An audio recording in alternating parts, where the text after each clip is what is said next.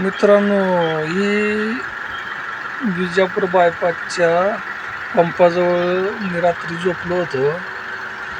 ही सकाळी 5च्या दरम्यान ही गाडी आली आणि ही समोर येऊन आडवीच लावली आणि झोपला. आता ह्याच्याबरोबर ह्याच्या 2 गाड्या अजून आहेत त्या पाठीमागं.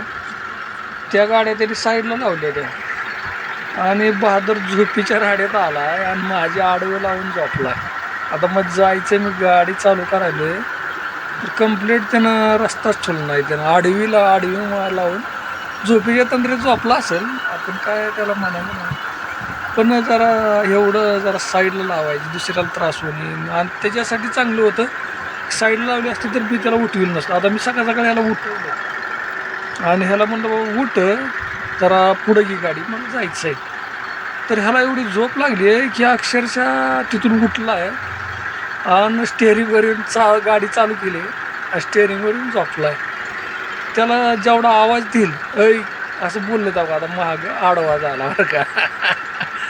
मागं सरकून डोळं झाकून चालू आहे गाडी चालूच तुले आणि मागं आडवा झाला आहे. त्याला उठविलं मी, उठाय काय तयार नाही. झोप असते ड्रायव्हरला. आता रात्रभर नाईट चाललेली आहे म्हणजे झोप तर राहणार, पण एवढी झोप नसायला पाहिजे. कारण आता त्यानं बी येऊन आता 4 तास झाले. 4 तासानं तर उठवल्यावर त्यानं उठून बाजूला लावायला पाहिजे. एकतर त्यानं रात्री लावतानाच साईडला लावायला पाहिजे, सकाळी आल्या पाहते, किंवा दुसऱ्याला त्रास होणे, आपल्याला उठवणे, आपली पूर्ण झोप व्हावी. पण त्यानं तसं केलं नाही. आता मी त्याला उठवतोय तर बहादर निवांत झोपलाय. एवढी झोप काय कामायची, चोरा चपाट्यासाठी बेकार आहे. एवढं असं झोपल्यावर काय बी लोक चोरून नेते रे.